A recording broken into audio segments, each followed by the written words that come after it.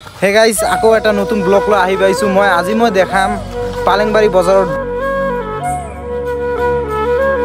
এইখনে হৈছে মই পঢ়ি থকা বিদ্যালয় পালেংবাৰী হাই স্কুল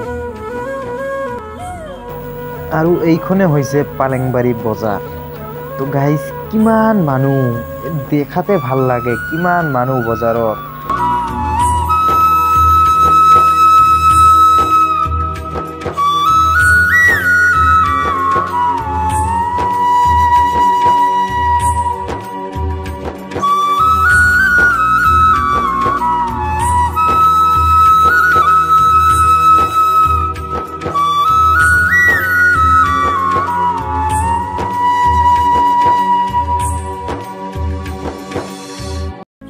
আৰু এইখন হৈছে সবজি বজাৰত কিমান ভিৰ